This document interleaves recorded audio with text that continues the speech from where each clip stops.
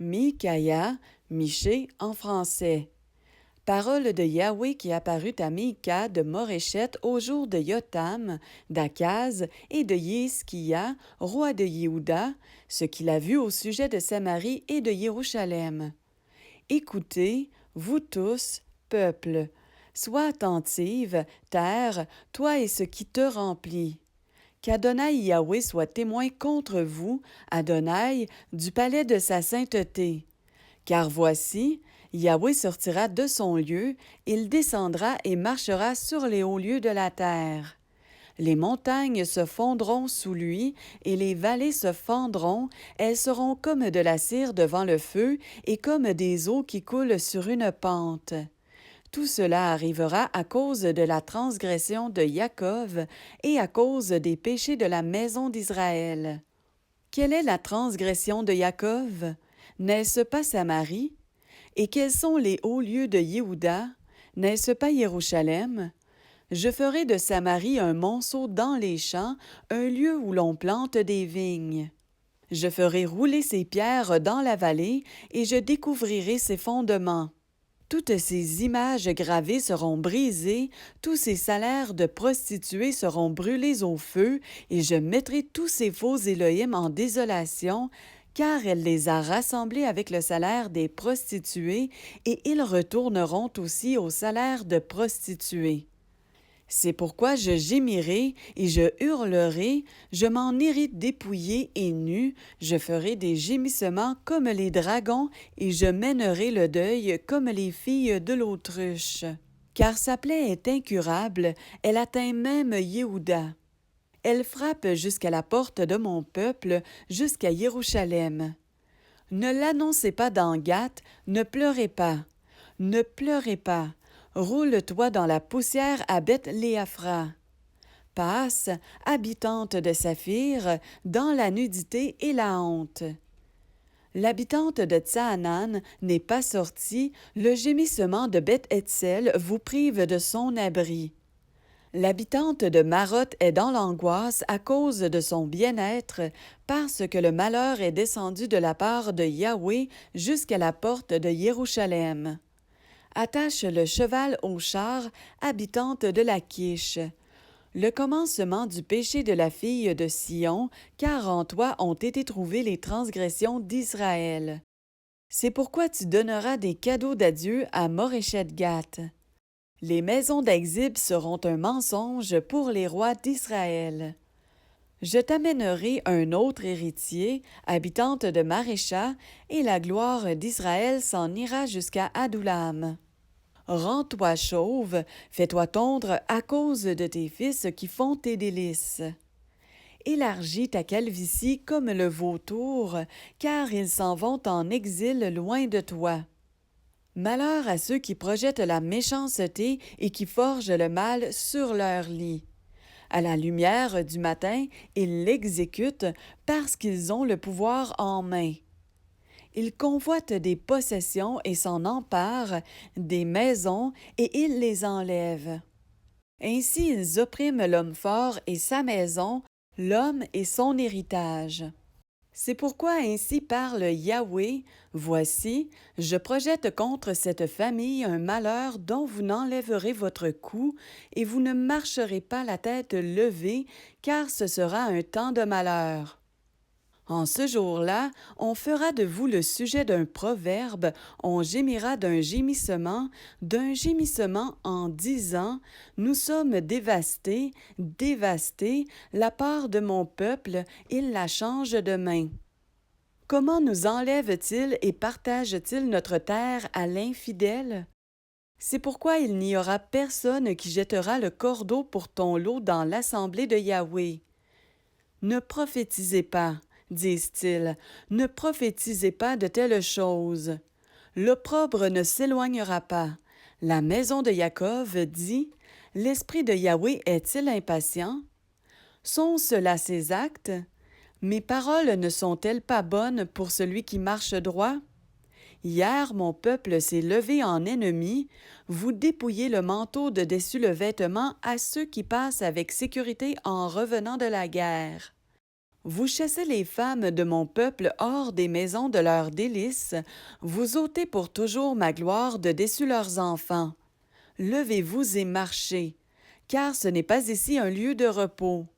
À cause de la souillure, il vous détruira d'une violente destruction.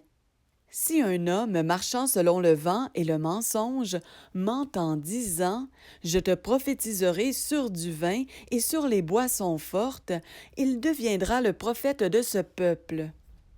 Je te rassemblerai tout entier, Jacob, et je recueillerai les restes d'Israël, et je les réunirai comme les brebis d'une bergerie, comme un troupeau au milieu de son pâturage.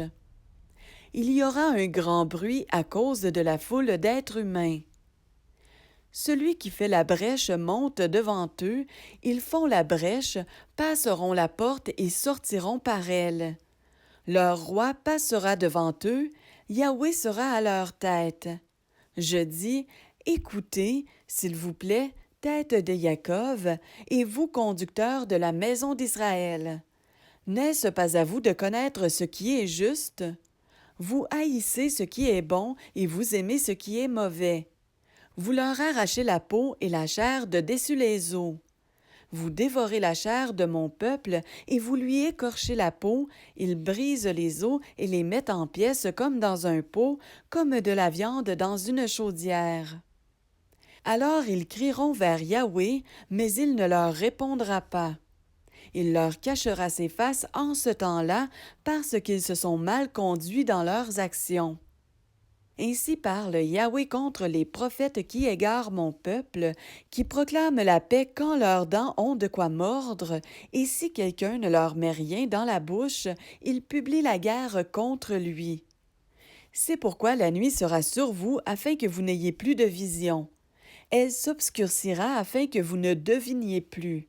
Le soleil se couchera sur ces prophètes-là, et le jour sera ténébreux pour eux.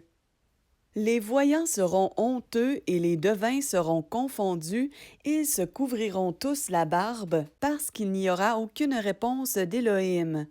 Mais moi, je suis rempli de force, de justice et de courage par l'Esprit de Yahweh pour déclarer à Jacob sa transgression et à Israël son péché.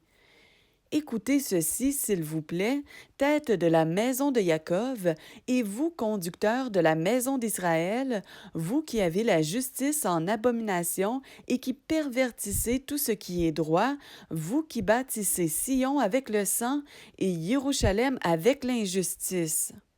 Ces têtes jugent pour des pots de vin, ces prêtres enseignent pour un prix, et ces prophètes devinent pour de l'argent.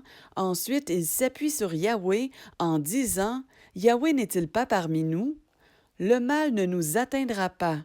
C'est pourquoi, à cause de vous, Sion sera labouré comme un champ, et Jérusalem sera réduite en ruines, et la montagne du temple en haut lieu d'une forêt. Il arrivera dans les derniers jours que la montagne de la maison de Yahweh sera établie au sommet des montagnes. Elle s'élèvera au-dessus des collines, et toutes les nations y afflueront.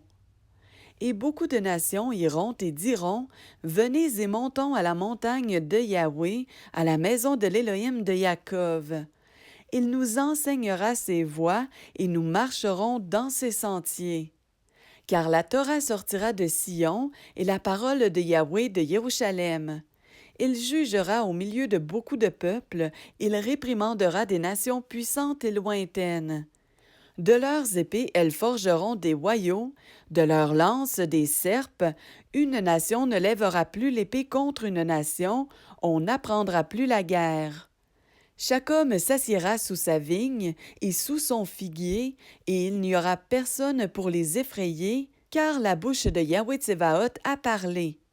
Oui, tous les peuples marchent, chaque homme au nom de son Élohim, mais nous marchons au nom de Yahweh, notre Élohim, pour toujours et à perpétuité.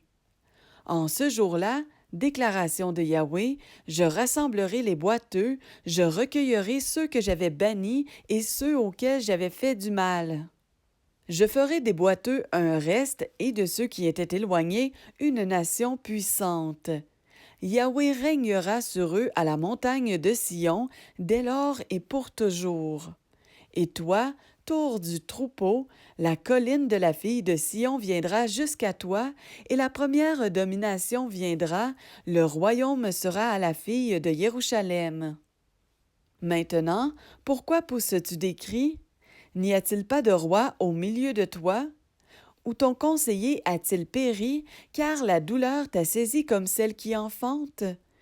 Tords-toi et gémis, fille de Sion, comme celle qui enfante. Car maintenant tu sortiras de la ville, tu habiteras dans les champs et tu iras jusqu'à Babel. Là tu seras délivré, c'est là que Yahweh te rachètera de la paume de tes ennemis. Maintenant, beaucoup de nations se sont rassemblées contre toi et disent qu'elle soit profanée, et que nos yeux regardent Sion. Mais elles ne connaissent pas les pensées de Yahweh et ne comprennent pas ses desseins, car il les a rassemblées comme des gerbes dans l'air. Lève-toi et foule, fille de Sion, car je te ferai une corne de fer et je te ferai des sabots de cuivre, tu écraseras des peuples nombreux, tu consacreras par interdit leur profit à Yahweh et leur richesse au Seigneur de toute la terre. Maintenant rassemble tes troupes, filles de troupes. On a mis le siège contre nous, on frappera le juge d'Israël avec la verge sur la joue. Mais toi, Bethléem Ephrata, petite pour être parmi les milliers de Yehuda, de toi sortira pour moi celui qui dominera sur Israël, dont les origines remontent à l'Antiquité, aux jours éternels. C'est pourquoi il les livrera jusqu'au temps où enfantera celle qui doit enfanter, et le reste de ses frères retournera avec les fils d'Israël. Il se tiendra debout et fera paître avec la force de Yahweh, avec la majesté du nom de Yahweh, son Élohim. Ils auront une habitation, car maintenant il sera grand jusqu'aux extrémités de la terre. Celui-ci sera paix. Quand l'Assyrien viendra sur notre terre, quand il foulera nos palais, nous élèverons contre lui 7 bergers et 8 princes d'entre les humains. Ils ravageront la terre d'Assyrie avec l'épée et la terre de Nimrod à ses portes. Il nous délivrera de l'Assyrien s'il venait contre notre terre, s'il foulait notre territoire. Le reste de Jacob deviendra, au milieu de peuples nombreux, comme une rosée qui vient de Yahweh, comme de grosses averses sur l'herbe, qui n'espèrent rien de l'homme, qui n'attendent rien des fils des humains. Le reste de Jacob deviendra, parmi les nations, au milieu de peuples nombreux, comme un lion parmi les bêtes de la forêt, comme un lionceau parmi les troupeaux de brebis qui, en passant, foulent et déchirent sans que personne ne puisse les sauver. Ta main se lèvera sur tes adversaires, et tous tes ennemis seront exterminés. Il arrivera en ce jour-là, déclaration de Yahweh, que j'exterminerai du milieu de toi tes chevaux, et je détruirai tes chars. J'exterminerai les villes de ta terre, et je renverserai toutes tes forteresses. J'exterminerai de ta main les sorcelleries, et tu n'auras plus aucun enchanteur. J'exterminerai du milieu de toi tes images gravées et tes monuments, et tu ne te prosterneras plus devant l'ouvrage de tes mains. J'arracherai du milieu de toi les Ashéras, et je détruirai tes villes. J'exercerai ma vengeance avec colère et avec courroux contre toutes les nations qui ne m'auront pas écouté. Écoutez, s'il vous plaît, ce que dit Yahweh. Lève-toi, plaide devant les montagnes et que les collines entendent ta voix. Écoutez le procès de Yahweh, montagne, et vous, solides fondations de la terre. Car Yahweh a un procès avec son peuple, et il plaidera avec Israël. Mon peuple, que t'ai-je fait, ou en quoi t'ai-je causé de la peine? Réponds-moi. Car je t'ai fait monter hors de la terre d'Égypte, je t'ai délivré de la maison des esclaves, et j'ai envoyé devant toi Moshe, Aaron et Myriam.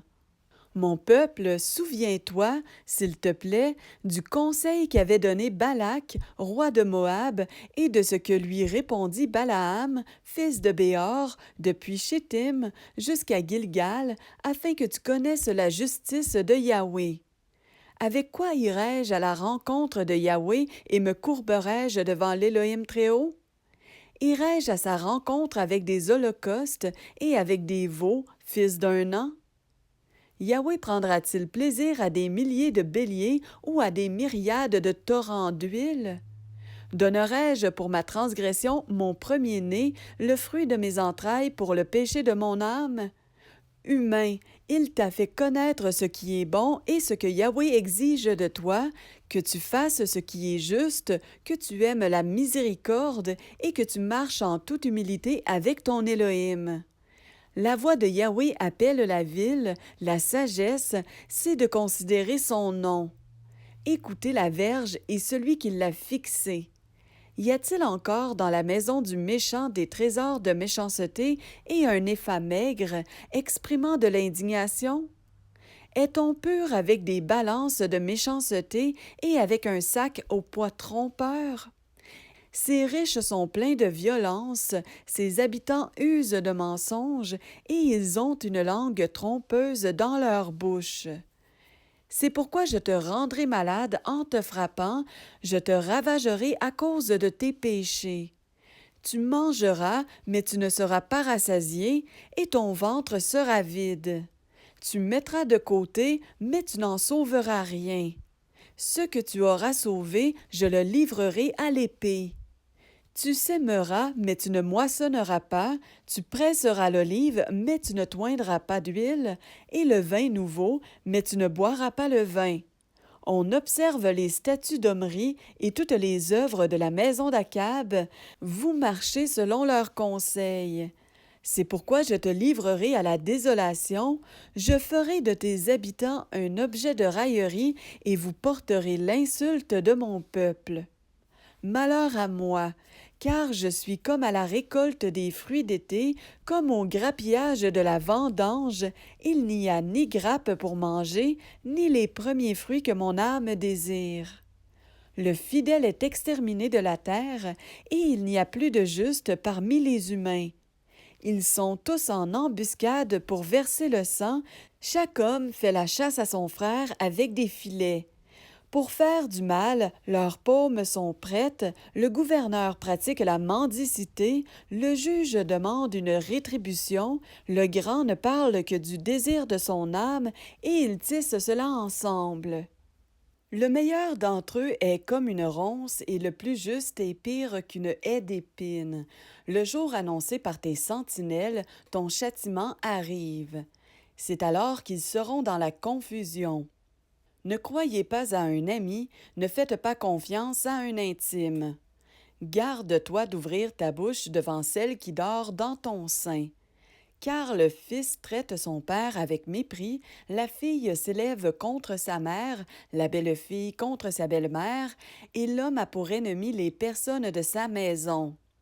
Mais moi, je regarderai vers Yahweh, je m'attendrai à l'Élohim de mon salut, mon Élohim m'écoutera. Toi, mon ennemi, ne te réjouis pas à mon sujet.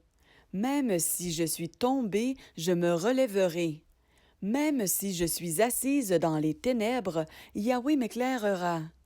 Je supporterai la fureur de Yahweh, car j'ai péché contre lui, jusqu'à ce qu'il défende ma cause et qu'il me fasse justice. Il me conduira à la lumière, je verrai sa justice. Et mon ennemi le verra, et la honte la couvrira, elle qui me disait, où est Yahweh, ton Élohim? Mes yeux la verront, et alors elle sera foulée aux pieds comme la boue des rues. Le jour où il rebâtira tes murs, en ce jour-là tes limites seront reculées. En ce jour-là, on viendra jusqu'à toi d'Assyrie et des villes d'Égypte, et depuis les villes d'Égypte jusqu'au fleuve, et depuis une mer jusqu'à l'autre mer, et depuis une montagne jusqu'à l'autre montagne. La terre deviendra une désolation à cause de ses habitants, à cause du fruit de leurs actions. Paie ton peuple avec ta houlette, le troupeau de ton héritage, qui demeure seul dans les forêts au milieu de Carmel. Qu'ils pèsent en Bachan et en Galaad, comme au temps des anciens. Je lui ferai voir des choses merveilleuses, comme au jour où tu sortis de la terre d'Égypte. Les nations le verront et elles seront honteuses avec toute leur force. Elles mettront la main sur la bouche et leurs oreilles seront sourdes. Elles lécheront la poussière comme le serpent, comme les reptiles de la terre. Elles trembleront dans leurs forteresses et sortiront tout effrayées vers Yahweh, notre Élohim, elles te craindront. Quelle aile est semblable à toi, qui pardonne l'iniquité et qui passe par-dessus les transgressions du reste de son héritage? Il ne garde pas pour toujours sa colère, parce qu'il prend plaisir à la miséricorde. Il nous fera encore miséricorde, il assujettira nos iniquités. Tu jetteras tous nos péchés au fond de la mer. Tu feras voir ta fidélité à Jacob et ta miséricorde à Abraham, comme tu l'as juré à nos pères dès les temps anciens.